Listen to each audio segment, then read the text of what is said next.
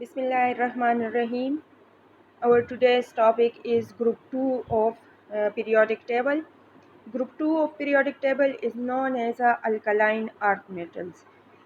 When we react it with water or air या oxygen के साथ जब इसको रिएक्ट करते हैं so the product is alkaline in nature, so that's why these are known as a alkaline earth metal.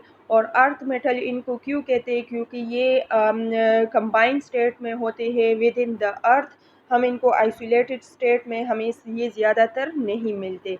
ये सख्त होते हैं फ्रॉम द अल्कली मेटल्स, क्योंकि इनका फिर हमारे पास क्या हो जाता है कि नंबर ऑफ़ इलेक्ट्रॉन्स इनमें इंक्रीज़ हो जाती है, इनका लेटेस्ट भी थोड़ा सा कम्पैक्ट हो जाता है.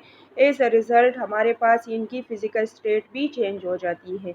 एलिमेंट्स जो इस ग्रुप में है वो हमारे पास beryllium, magnesium, calcium, strontium, barium and radium है. आउटर इलेक्ट्रॉनिक कन्फिग्रेशन इनकी क्या है, NS2 है, where the value of N starting from 2. मतलब कि जो आपके पास अल्कलाइन अर्थ मेटल्स है so these are starting from shell number period number 2 से स्टार्ट होते हैं. तो इनमें इनकी आउटर कन्फिग्रेशन क्या होगी, वो 2s2 होगी. ठीक है, हम इनको एलोंगेटेड या हम इनको एक्सटेंडेड फॉर्म में भी लिख सकते हैं इनकी electronic configuration, as well as इनको हम शॉर्ट फॉर्म में भी लिख सकते हैं. सो शॉर्ट फॉर्म में बेरिलियम में 4 इलेक्ट्रॉन है तो हीलियम को स्क्वायर ब्रैकेट में लिखेंगे और आउटर इलेक्ट्रॉनिक कन्फिग्रेशन 2s2 होगी. Then neon and 3s2, then argon 4s2, then krypton 5s2, then xenon 6s2 and then radon 7s2. हमारे पास रेडॉन जो है ये रेडियो एक्टिव एलिमेंट्स है, so that's why we are not going to discuss its properties. हम क्या करते हैं कि बाकी एलिमेंट की डिफरेंट प्रॉपर्टीज़ को डिस्कस करते हैं और रेडॉन को जो है हम एक्सक्लूड करते हैं. सो हम क्या करते हैं कि रेडॉन की प्रॉपर्टीज़ को फिर यहाँ पे एक्सक्लूड करते हैं. और रेडॉन को इसलिए भी इसमें रखा है क्योंकि इसकी बाकी जो आउटर इलेक्ट्रॉनिक कन्फिग्रेशन है वो just like alkaline earth metal है. अदर प्रॉपर्टीज़ भी अल्कलाइन अर्थ मेटल है, लेकिन इनका लाइफ टाइम बहुत शॉर्ट होता है, रेडियो एक्टिव होते हैं. So that's why we are not going to discuss its properties. दूसरी बात हमारे पास ये है कि alkali just like alkali metals, alkaline earth metals भी एस ब्लॉक एलिमेंट है. क्यों एस ब्लॉक एलिमेंट है, क्योंकि इनकी आउटर इलेक्ट्रॉन एस ऑर्बिटल में मौजूद है. Now atomic and physical properties की बात करते हैं. So already we have discussed different type of properties, that is atomic radius, ionisation energy, electronegativity. So same trends यहाँ पे भी यूज़ होंगे, लेकिन हम ग्रुप में सिर्फ इनको डिस्कस करेंगे. ठीक है, सो फर्स्ट हमारे पास है एटॉमिक रेडियस.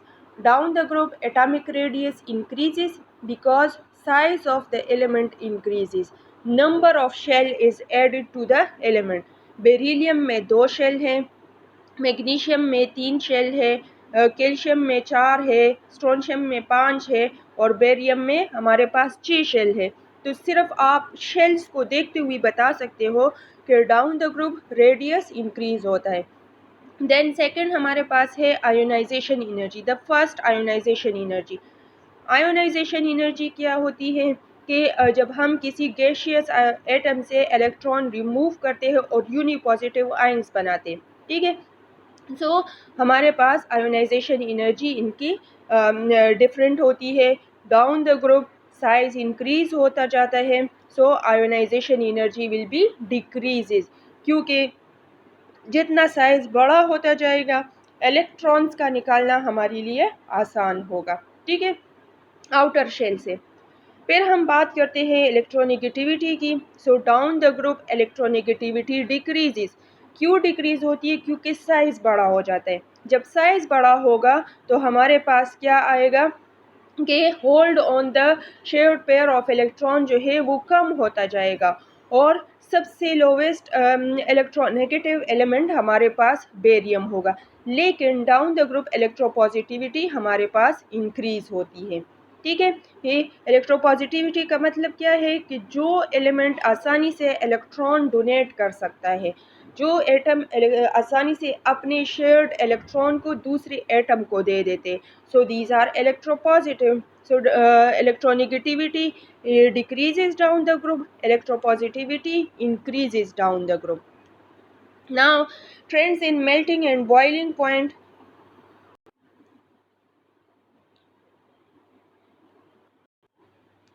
ओके फिर हम बात करते हैं trends in melting and boiling point. So the melting and boiling point are not regular. क्यों रेगुलर नहीं है? क्योंकि इनके जो पैकिंग है, इनके जो लेटेस्ट है, सो वो हमारे पास डिफरेंट आ रही है। ठीक है, आपके पास क्या है कि मेल्टिंग पॉइंट सिर्फ देखें तो मेल्टिंग पॉइंट बेरिलियम से बेरियम तक आपके पास ग्रेजुअली डिक्रीज हो रहे, एक्सेप्शन सिर्फ मैग्नीशियम में आती है। फिर बॉइलिंग पॉइंट तो इरेगुलर है, पहले हमारे पास बेरिलियम की बॉइलिंग पॉइंट आती है तो फिर मैग्नीशियम में लो हो जाती है। ठीक है, फिर हमारे पास कैल्शियम में इंक्रीज हो जाती है बॉइलिंग पॉइंट, देन स्ट्रोंशियम में डिक्रीज हो जाती है, फिर हमारे पास जो है बेरियम में फिर इंक्रीज हो जाती है। सो ये इरेगुलर ट्रेंड हमारे पास इसकी मतलब कुछ ख़ास एक्सप्लेनेशन साइंटिस्ट के पास नहीं है, लेकिन सिंपल एक्सप्लेनेशन ये है कि हम कह सकते हैं एक तो इनके साइजेस में चेंजेस आ रहे हैं। ठीक है, सेकंड वन, इनकी जो क्लोज पैकिंग होती है वो डिफरेंट होती है। सो इस डिफरेंट पैकिंग की वजह से हमारे पास मेल्टिंग एंड बॉइलिंग पॉइंट में रेगुलर ट्रेंड नहीं आएगा, because of different packing in their lattices. So boiling point of beryllium and magnesium हमारे पास कंपेयर होती है, फिर कैल्शियम एंड स्ट्रोंशियम कंपेयर होती है, एंड बेरियम एंड रेडियम हम कंपेयर कर सकते हैं। रेडियम की हमारे पास तकरीबन 1700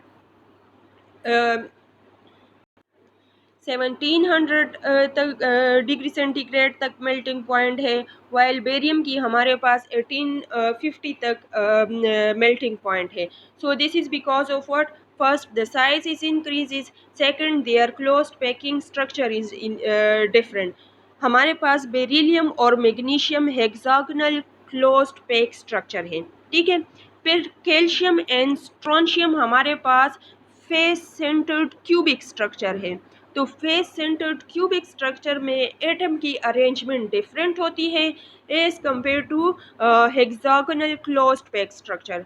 and then barium and radium की बात करते हैं। So barium and radium are body centred cubic structure. So body centred cubic structure की डिफरेंट फोर्सेस ऑफ अट्रैक्शन होती है, फेस सेंटर्ड क्यूबिक स्ट्रक्चर की डिफरेंट फोर्सेस ऑफ अट्रैक्शन होती है, एंड हेक्सागोनल स्ट्रक्चर की डिफरेंट होती है। So that's why their boiling point are different. इनकी कोई भी और इस तरह की एक्सप्लेनेशन हम नहीं दे सकते इसके अलावा। फिर हम क्या करते हैं कि trends in reaction with water. So reactivity हमारे पास क्या होती है? डाउन द ग्रुप इंक्रीज होती है। बेरिलियम हमारे पास बहुत रिलक्टेंट है, वो आसानी से वाटर के साथ रिएक्शन नहीं कर सकता, क्योंकि ये हमारे पास क्या है, इलेक्ट्रॉन आसानी से नहीं दे सकता। बेरिलियम का साइज़ बहुत छोटा होता है और उससे दो इलेक्ट्रॉन का निकलना बहुत मुश्किल होता है। सो दैट्स वाई इसकी रिएक्टिविटी वाटर के साथ बहुत कम होती है। फिर सेकंड नंबर पे मैग्नीशियम है। तो मैग्नीशियम स्टीम के साथ इजीली रिएक्ट कर सकता है, लेकिन कोल्ड वाटर के साथ इजीली रिएक्ट नहीं कर सकता, क्योंकि जो वाटर मॉलिक्यूल है वो मैग्नीशियम रिबन के इर्द गिर्द क्या कर लेते हैं? मैग्नीशियम रिबन के इर्द गिर्द मैग्नीशियम हाइड्रोक्साइड के बबल्स बना लेते हैं, जिसकी वजह से फर्दर रिएक्शन स्टॉप हो जाता है। लेकिन अगर हम स्टीम प्रोवाइड करेंगे तो स्टीम में मैग्नीशियम इजीली रिएक्ट करके मैग्नीशियम ऑक्साइड्स बना लेते हैं। फिर हमारे पास है कि कैल्शियम की बात करते हैं। So calcium react with water molecule produce calcium hydroxide and hydrogen gas. So the reactivity increases down the group as the size of the element increases. When the size of the element increases, so it is very easy for us to remove electrons from the outermost shell. Now, reaction with oxygen and nitrogen. So, beryllium and magnesium do not easily react with oxygen, and calcium, barium, and strontium react with oxygen to produce respective oxides. Normal oxides भी बनाते हैं and peroxides भी बनाते हैं. So calcium react with oxygen to produce calcium oxide, barium react with oxygen to produce barium oxide. These are the normal oxides. अगर पर oxide की बात कर ले तो पर ऑक्साइड में क्या होता है कि हमें पता है जो आपके पास अल्कलाइन अर्थ मेटल्स है इनके आउटर मोस्ट में 2 इलेक्ट्रॉन हैं. ठीक है. सो वो 2 इलेक्ट्रॉन क्या कर लेते हैं कि जब साइज़ बड़ा होगा तो एज अ रिज़ल्ट ऑक्सीजन के पास जो 2 इलेक्ट्रॉन्स मौजूद है अनपेयर्ड, तो वो क्या करेंगे कि वो बड़े साइज़ वाले एटम के साथ बॉन्ड बनाने के लिए अपने आप को ऐसे अरेंज करेंगे कि इनकी बॉन्ड एक्सिस सेम आ जाए. ठीक है. इनके बॉन्ड एक्सिस सेम आने के लिए ये क्या कर लेंगे कि अपने ही ऑक्सीजन एटम के साथ सिंगल कोवेलेंट बॉन्ड के थ्रू बॉन्डेड हो जाते हैं. जब साइज़ बड़ा हो जाता है तो ये हमारे पास पर ऑक्साइड्स इजीली बना सकते हैं, और बेरिलियम, मैग्नीशियम एंड कैल्शियम हमारे पास पर ऑक्साइड्स नहीं बना सकते क्योंकि इनका साइज़ छोटा होता है. कैल्शियम एंड बेरियम हमारे पास नॉर्मल ऑक्साइड्स भी बना सकते हैं एंड बेरियम हमारे पास सुपर ऑक्साइड्स भी बना सकते हैं. फिर जो है नाइट्राइड्स की फॉर्मेशन के लिए, तो जब एयर में हमारे पास ऑक्सीजन भी मौजूद है एज वेल एज एयर में हमारे पास नाइट्रोजन भी मौजूद है. इनके नाइट्रोजन के साथ रिएक्शन हमारे पास क्या होते हैं, कॉम्प्लिकेटेड होते हैं. बिकॉज ऑफ व्हाट, क्योंकि वहाँ पे हमें मिक्सचर मिलते हैं एयर में ऑक्साइड्स के एज वेल एज नाइट्राइड्स के. So, alkaline earth metals easily react with nitrogen to produce different type of nitrides, and the product are ionic in nature. Exception is for the beryllium. Beryllium में क्या होता है कि beryllium का size छोटा होता है. बेरिलियम नाइट्रोजन के साथ कोवेलेंट कंपाउंड बनाते हैं. कोवेलेंट इसलिए बनाते हैं क्योंकि बेरिलियम नाइट्रोजन को अपने आउटर इलेक्ट्रॉन दे देते हैं. जब आउटर इलेक्ट्रॉन देते हैं तो इसका साइज़ छोटा होता है, चार्ज डेंसिटी ज़्यादा हो जाती है. एज अ रिज़ल्ट ये क्या कर लेते हैं कि अपने जो इलेक्ट्रॉन इसने दिए होते हैं वो वापस अपनी तरफ अट्रैक्ट करते हैं, जिसकी वजह से ये क्या हो जाते हैं, कोवेलेंट बॉन्डिंग की फॉर्म में एग्जिस्ट करते हैं. जबकि बाकी आपके पास जो अल्कलाइन अर्थ मेटल्स हैं, दे फॉर्म आयोनिक कंपाउंड, और आयोनिक कंपाउंड वो कंपाउंड होते हैं जिसमें कंप्लीट ट्रांसफ़र ऑफ इलेक्ट्रॉन हो जाती है. The product of nitride is ionic as well as a covalent compound. Now, factors, trends in solubility से पहले हम कुछ फैक्टर्स पढ़ेंगे जो कि सॉल्युबिलिटी को इफ़ेक्ट करते हैं. ठीक है. हमारे पास 2 किस्म के फैक्टर्स आते हैं किसी भी लैटिस कंपाउंड में या सॉलिड कंपाउंड में. एक को हम कहते हैं लैटिस एनर्जी, सेकंड हमारे पास है हाइड्रेशन एनर्जी. सॉल्युबिलिटी के लिए इन दोनों फैक्टर्स को हमने चेक करना है. लेटेस्ट एनर्जी आपके पास क्या है कि the amount of energy required to dissociate 1 mole of an ionic compound to its constituent ion in the gaseous state. मतलब आपके पास 1 मोल ऑफ आयोनिक सॉलिड है. ठीक है. आप उसको डिसोसिएट करना चाहते हैं डिफरेंट आइंस में. उनमें डिफरेंट, देखिए ये एक लेटिस है, इसमें इतने ढेर सारे एटम्स हैं. ठीक है. आप इसको डिसोसिएट करना चाहते हैं, 1 मोल है, तो उस 1 मोल के लिए जितनी एनर्जी चाहिए उस एनर्जी को हम क्या कहते हैं, लेटेस्ट एनर्जी कहते हैं. नाउ हाइड्रेशन एनर्जी या हाइड्रेशन इंथैल्पी की बात करते हैं. इंथैल्पी ऑलरेडी आपको पता है हीट कंटेंट को कहते हैं. ठीक है. The amount of energy released when 1 mole of ion undergoes hydration. मतलब कि आपके पास एक कंपाउंड है जिसको आपने आइंस में कन्वर्ट किया है और उसको पानी में डाल देते हैं या पानी में उसका एक सोल्यूशन बना है. तो जो आइंस होते हैं उसकी तरफ आपके पास जो वो आ रहे हैं, वाटर मॉलिक्यूल आ रहे हैं। सो उस ये इस दौरान ख़ास अमाउंट में एनर्जी रिलीज़ करते हैं। इस एनर्जी को हम क्या कहते हैं? हाइड्रेशन एनर्जी या हाइड्रेशन एंथैल्पी। आपको पता है कि वाटर जो है पोलर है, ठीक है, जिसमें ऑक्सीजन पे नेगेटिव चार्ज और हाइड्रोजन पे पार्शियल पॉजिटिव चार्ज है। अब आपने कुछ आयंस इसमें डाल दिए, तो आयंस या तो पॉजिटिव होंगे या फिर नेगेटिव होंगे। तो according to the properties of ions the water molecule arrange itself, ठीक है, और उसके मुताबिक अगर पॉजिटिव होंगे तो ये क्या कर लेंगे, इस तरह ऑक्सीजन जो है वो उस पॉजिटिव चार्ज के साथ आयन बना लेगा, बॉन्ड बना लेगा। या फिर अगर नेगेटिव चार्ज आयंस होंगे तो हाइड्रोजन उसके साथ बॉन्ड बना लेंगे, इस तरह पार्शियल नेगेटिव चार्ज के थ्रू बॉन्डेड हो जाते हैं। सो इस बॉन्डिंग के लिए कुछ एनर्जी जो है वो रिलीज होती है, and that energy is known as a hydration energy. अब आपके पास क्या है कि the amount of attraction between water and the ion क्या होगी, डिपेंड करती है साइज ऑफ द आयन पे, ठीक है। जितना आयन का साइज छोटा होगा, फोर्सेस ऑफ अट्रैक्शन उतनी ज़्यादा होगी। जितना आपके पास आयन का साइज बड़ा होता जाएगा, सो फोर्सेस ऑफ अट्रैक्शन कम होती जाएगी, क्योंकि वाटर मॉलिक्यूल एक छोटा मॉलिक्यूल। सो हाइड्रेशन एनर्जी डिपेंड करती है साइज ऑफ द आइंस पे, पॉजिटिव या नेगेटिव आइन पे, ठीक है। और फिर बाकी इनकी जिसकी वजह से फोर्सेस ऑफ अट्रैक्शन फिर डिफरेंट टाइप की होती है। अब इन्हीं दो फैक्टर्स को देखते हुए हम देखेंगे solubility of hydroxide, solubility of sulphates, solubility of carbonates and nitrates देखेंगे, ठीक है।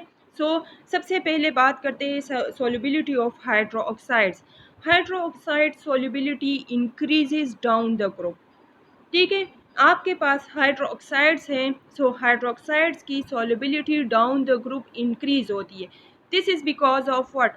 Because both the lattice energy and hydration energy decreases A size of the cation is increases, ठीक है।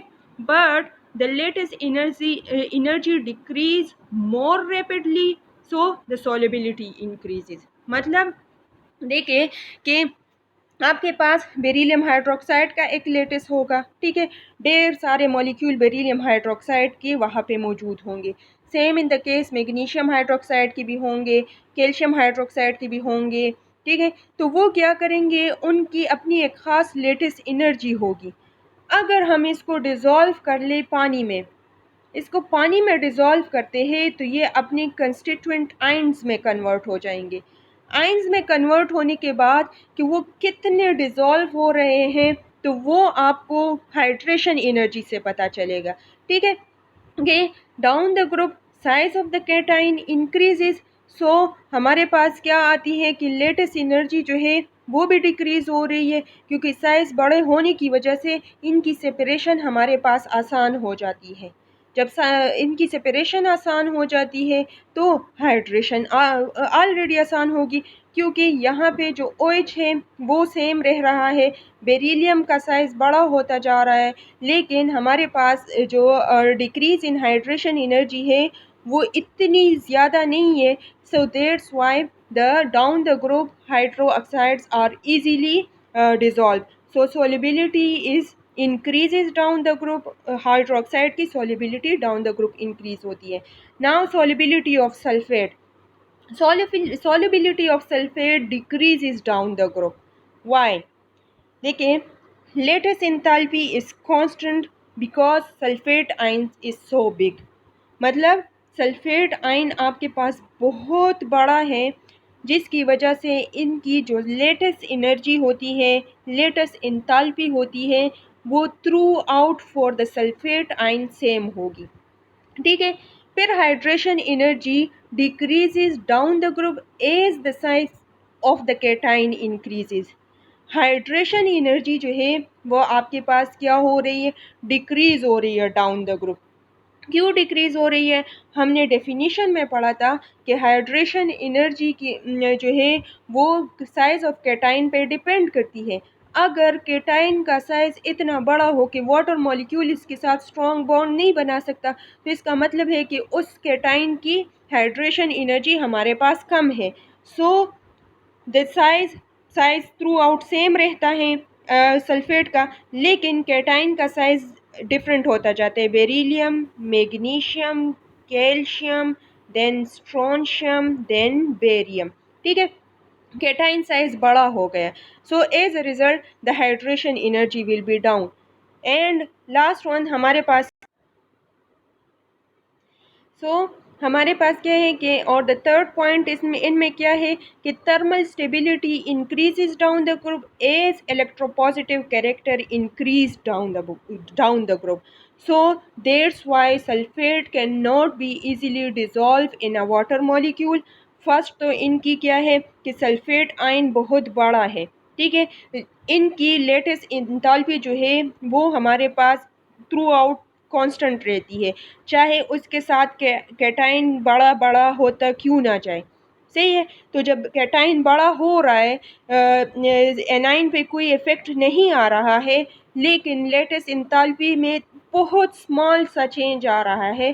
सेकंड वन क्या है, ये हमारे पास जो हाइड्रेशन एनर्जी है, तो वो हमारे पास क्या हो रही है, वो डिक्रीज़ हो रही है। ठीक है, क्यों डिक्रीज़ हो रही है? क्योंकि कैटाइन साइज़ बड़ा हो रहा है। जब कैटाइन का साइज़ बड़ा होगा तो वो इन वाटर मॉलिक्यूल उसको सराउंड नहीं कर सकेंगे, उनके साथ एक इफेक्टिव बॉन्ड नहीं बना सकेंगे। So that's why their solubility decreases down the group.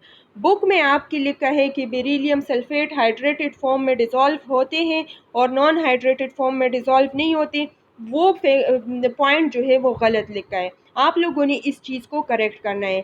दूसरी बात यह है कि बेरिलियम, मैग्नीशियम एंड कैल्शियम के सल्फेट नेचर में आपके पास हाइड्रेटेड फॉर्म में एग्जिस्ट करते हैं, चाहे हम यहाँ पे हाइड्रेटेड की बात करें या ना करें। ठीक है, तो solubility down the group increase होती है। बेरिलियम सल्फेट जो है वो सबसे ज़्यादा आपके पास सॉल्युबल है as compare to barium sulphate. बाकी down the group barium sulphate जो है वो हमारे पास इनसॉल्युबल है वाटर में।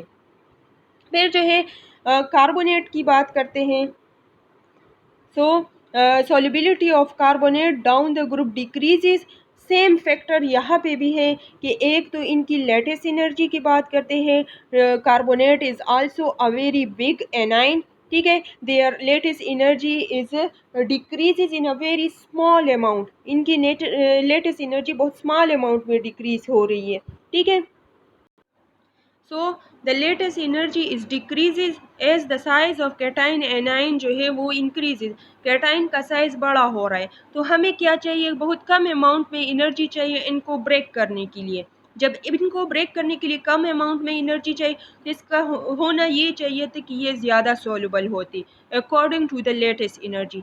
लेकिन जब size of cation increases, so the size of cation increases, so the hydration energy will be decreases, because the hydrated ion cannot easily bonded with what, with the cation। सही है, effectively ये bonded नहीं होते, as a result according to the hydration energy they are insoluble in the water. So दो energies को अगर हम compare कर लें, if hydration energy is less than latest energy, so the molecule will not dissolve in a water. तो यहाँ पे क्या हो जाता है कि लेटेस्ट एनर्जी जो है वो ज़्यादा है, लेकिन हाइड्रेशन एनर्जी कम है। तो जब हाइड्रेशन एनर्जी कम होगी, तो हमारे पास क्या होंगे, कार्बोनेट्स जो है वो वाटर इनसॉल्युबल होंगे। फिर थर्मल स्टेबिलिटी की बात करते हैं। Thermally stability down the group increase होती है in nitrates and carbonates, because of what, देखिए कि हमारे पास क्या है, it depends upon the size of the cation. Down the group size of the cation increases when anion is bonded to in a normal way। so हमारे पास क्या है कि उसमें कोई चेंज नहीं आता। सिंपल तरीके से बेरिलियम अपने इलेक्ट्रॉन दे देते हैं नाइट्रेट्स को। सिमिलरली स्ट्रोंशियम भी सेम तरीके से बॉन्ड बना लेते हैं। बेरियम नाइट्रेट में आपके पास क्या होंगे कि बेरियम नाइट्रेट में चार्ज बहुत ज़्यादा होता है लेकिन साइज़ बहुत कम होता है। एज अ रिज़ल्ट वो क्या कर लेते हैं कि जो आपके पास नाइट्रेट्स होते हैं उनको डिस्टॉर्ट कर लेते हैं। जब नाइट्रेट को डिस्टॉर्ट करेंगे तो आपके पास क्या हो जाएंगे, वो इंटरनली अनस्टेबल हो जाएगा। जब कोई कंपाउंड इंटरनली अनस्टेबल हो जाता है तो उसको ब्रेक करने के लिए हमें बहुत थोड़ी सी एनर्जी चाहिए होती है। डाउन द ग्रुप बॉन्डिंग जो है वो नॉर्मल रहती है, उनमें कोई ये मुकाबला नहीं होता कि पहले मैं इलेक्ट्रॉन दूंगा फिर तुमसे खींचूंगा, पहले मैं इलेक्ट्रॉन दूंगा फिर तुमसे खींचूंगा। सो यहाँ पे क्या है कि जब वो इंटरनली नॉर्मल है, उनमें कोई लड़ाई झगड़ा नहीं हो रहा है, एज अ रिजल्ट ये स्टेबिलिटी इनकी क्या हो जाती है, इंक्रीज हो जाती है। Same trend is used in beryllium carbonate as well. या अल्कलाइन अर्थ कार्बोनेट में आपके पास सेम ट्रेंड ही होगा कि बेरिलियम कार्बोनेट जो है वो अनस्टेबल होते हैं, वाइल बेरियम कार्बोनेट जो है these are more stable because of what, because the bonding is a normal and in beryllium bonding is abnormal because of what कि पहले वो अपने इलेक्ट्रॉन कार्बोनेट को दे देते हैं फिर उनसे खींच लेता है। सो दैट्स वाई द जितने भी बेरिलियम नाइट्रेट्स है, बेरिलियम कार्बोनेट्स है, बेरिलियम सल्फेट्स है, so these are covalent in nature.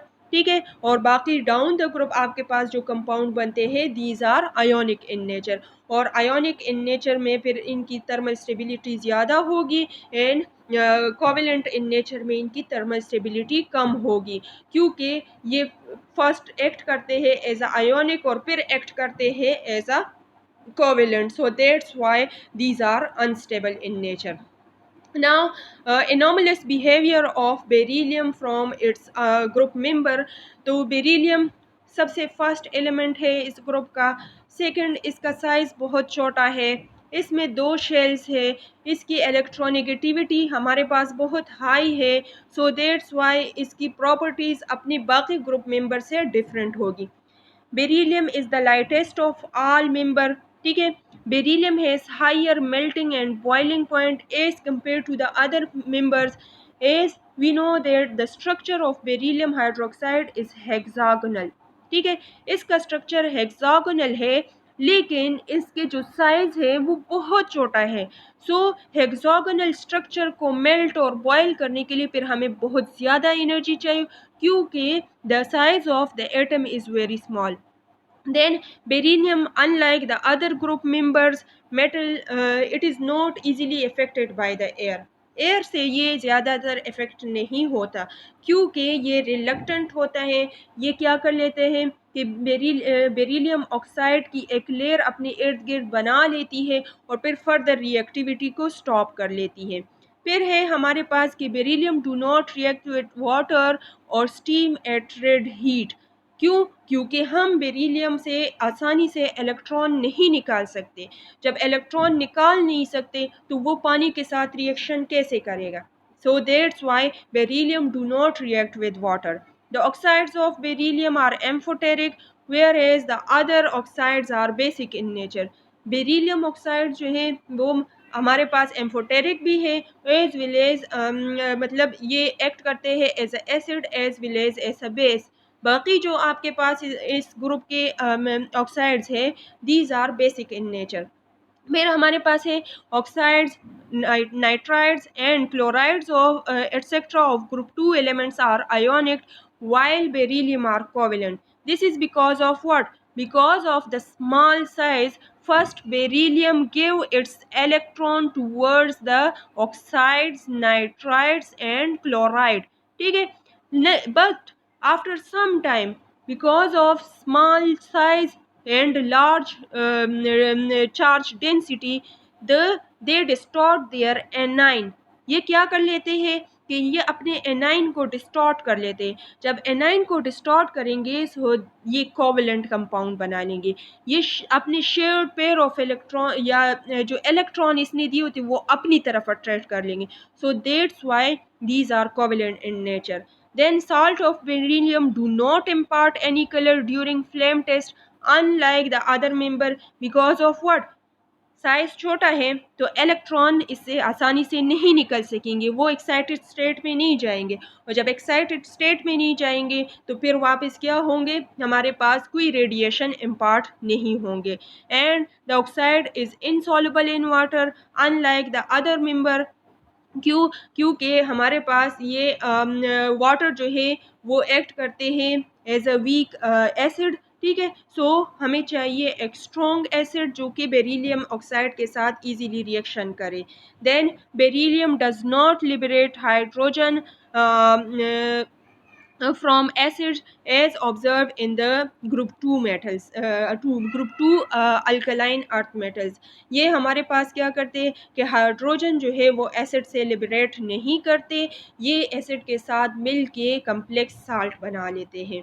And last one हमारे पास क्या है कि beryllium hydroxide is acting as a amphoteric, ठीक है। ये जो है बेस के साथ रिएक्ट करके साल्ट्स बनाते हैं, like sodium tetra hydroxo beryllate बनाते हैं, as well as beryllium hydroxide जो है वो एसिड के साथ रिएक्शन करके न्यूट्रलाइजेशन रिएक्शन करते हैं एंड बेरिलियम क्लोराइड साल्ट्स बनाते हैं एंड वाटर मॉलिक्यूल रिलीज करते हैं। सो बाकी जो ग्रुप मेंबर है these are all basic in nature. So this is all about the group 2 elements of periodic table.